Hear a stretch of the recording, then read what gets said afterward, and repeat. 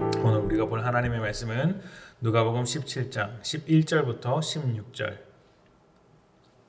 11절부터 16절까지 제가 봉독합니다. 예수께서 예루살렘으로 가실 때에 사마리아와 갈릴리 사이로 지나가시다가 한 마을에 들어가시니 나병 환자 10명이 예수를 만나 멀리 서서 소리를 높여 이르되 예수 선생님이여 우리를 불쌍히 여기소서 하거늘 보시고 이르시되 가서 제사장들에게 너희 몸을 보이라 하셨더니 그들이 가다가 깨끗함을 받은지라. 그 중의 한 사람이 자기가 나은 것을 보고 큰 소리로 하나님께 영광을 돌리며 돌아와 예수의 발 아래 엎드려 감사하니 그는 사마리아 사람이라. 아멘.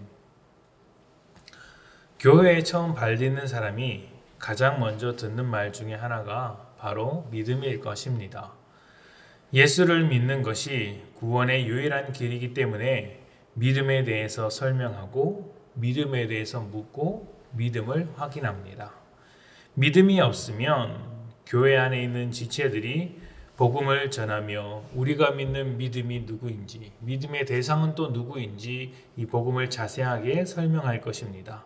그리고 믿음이 있다면 우리 안에서 더 성숙된 믿음이 되기 위하여 함께 은혜를 나누고 신앙생활을 하게 될 것입니다. 이렇게 함께 신앙생활을 하고 믿음을 중요하게 여기며 성숙된 믿음으로 나아가기를 바라고 있는데 종종 우리의 믿음이 서로 다르다는 것을 발견할 때가 있습니다. 열심히 믿고 서로 믿음을 고백하며 공유하고 있지만 그 내용을 보면 조금씩 차이가 있더라는 것이죠. 그리고 그 차이는 믿음 생활 전체를 바꾸어 놓기도 합니다. 그러니까 믿음의 색깔이 완전히 다른 것이죠. 오늘 말씀에서는 서로 다른 믿음을 가진 사람들이 등장하는 것을 볼 수 있습니다. 바로 10명의 나병 환자들인데요. 정확하게는 9명과 나머지 1명이 다르다고 할 수 있는 것이죠. 예수님께서 갈릴리와 사마리아 경계 지역을 다니다가 10명의 나병 환자를 만났습니다. 나병은 잘 아시는 것처럼 한센병이라고도 하는데 지금으로서는 얼마든지 치료가 가능한 병입니다. 다만 예수님께서 계시던 때는 치료하기에는 어려운 병이었습니다.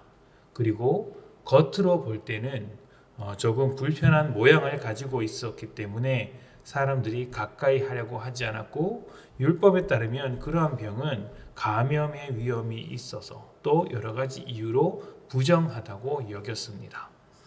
나병 환자들은 마을에서 격리되어 따로 살아가는 경우가 많았는데 아마 예수님께서 그런 마을을 지나가신 것은 아닐까 생각을 해봅니다. 그렇게 지나가시다가 만난 환자들이 예수님께 도움을 요청했습니다. 그들의 도움을 들으시고 예수님은 그들의 병을 고쳐 주었습니다. 나병에 걸린 다음에 깨끗하게 되었을 때 율법에 따라 제사장에게 보여주고 확인을 받아야 하는 그런 내용이 있는데 예수님께서 그렇게 하라고 예수님 제사장에게 몸을 보이라고 말씀을 하셨던 것이죠. 예수님은 나병 환자들에게 제사장에게 보여주라고 먼저 보내셨고 그들이 제사장에 가는 중에 육체가 나았다는 것을 발견하게 되었습니다. 자, 그러면 이제 두 가지 선택지가 남습니다. 병을 나은 것을 알게 된 사람의 반응이 서로 다르게 나올 수 있는 것이죠. 한쪽은 가던 길을 계속 가서 제사장에게 그 모습을 보이고 이제 자기의 일상을 회복하는 것, 원래 살던 곳으로 돌아가 일상을 회복하는 것이 우선이 될 수가 있습니다. 또 다른 한편으로는 예수님께 돌아와서 감사의 인사를 표하고 자기를 낫게 하신 예수님을 새롭게 경배할 수 있는 것이죠. 이 두 가지 선택지가 있는데 9명은 제사장에게로 곧장 갔고 나머지 1명은 예수님께 돌아와 그 앞에 엎드렸습니다. 그리고 엎드린 그 사람이 사마리아 사람이었다고 콕 집어서 이야기를 하고 있습니다. 우리는 여기서 믿음의 차이점이 있다는 것을 발견할 수 있습니다. 9명은요, 자기 몸이 낫는 것에 관심이 있었고 나머지 1명은 몸을 낫게 한 예수님께 관심이 있었습니다. 똑같은 믿음을 가지고서도 전혀 다른 내용이 있을 수 있다는 것이 바로 이런 점입니다. 똑같이 믿음을 말하지만 그 내용은 완전히 다를 수 있다는 것이죠. 무엇을 위한 믿음이냐 하는 것인데, 믿음대로 되기를 바라는 믿음과 예수님을 믿는 믿음은 서로 다르기 때문입니다. 믿음대로 되기를 바라는 믿음은 언제나 자기의 필요를 따라가게 되어 있습니다. 내가 원하고 바라는 어떤 소망을 위해 믿는 것입니다.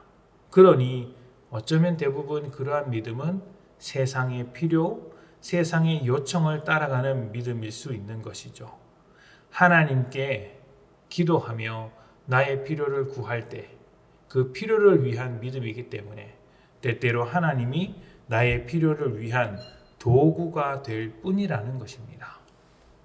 9명의 나병 환자들도 그렇습니다. 모두 자기 몸이 낫는 것만 생각했을 뿐 그 몸을 낫게 한 분이 누구인지에 대한 관심은 없었습니다. 제사장이 몸을 낫게 한 것은 아니죠. 그런데 그들은 빨리 제사장에게 가서 확인받고 싶었던 것입니다. 그런데 생각을 해보면 일상으로 돌아간들 변하는 것은 별로 없었을 것입니다. 왜냐하면 몸이 나은 것 외에 여전히 죄인으로 사는 것은 똑같기 때문입니다. 예수님이 없는 삶을 살아가는 것은 몸이 건강하나 몸이 건강하지 않으나 똑같은 것이죠. 반면 예수님을 믿는 믿음은 나의 필요를 따라가지 않습니다. 필요를 놓고 기도하는 것은 당연한 문제지만 그렇게 되더라도 결국에는 예수님을 따라갑니다. 그리고 이 믿음은 예수님을 먼저 바라보기 때문에 내게 간절한 기도의 응답이 없을지라도, 내 필요에 대한 그 응답이 없을지라도 그 순간, 내 기도가 거절되더라도 그 순간 예수님의 뜻을 묻고 따라가는 것이죠. 순종하게 되더라는 것입니다. 그러니까 우리의 믿음이 내가 믿음대로 되기를 바라며 내 필요를 구하는 것에만 그치는 믿음인가? 아니면 그것을 나아가, 그것을 벗어나서 한 걸음 더 성장하여 예수를 바라보는 믿음인가? 이 색깔의 분명한 차이를 이해하시고 제대로 된 믿음을 가지셔야 한다는 것이죠. 출발은 내 필요를 구하는 것에서부터 시작할 수 있습니다. 그러나 우리 믿음의 종착역은 언제나 예수 그리스도를 바라보는 믿음이어야 합니다.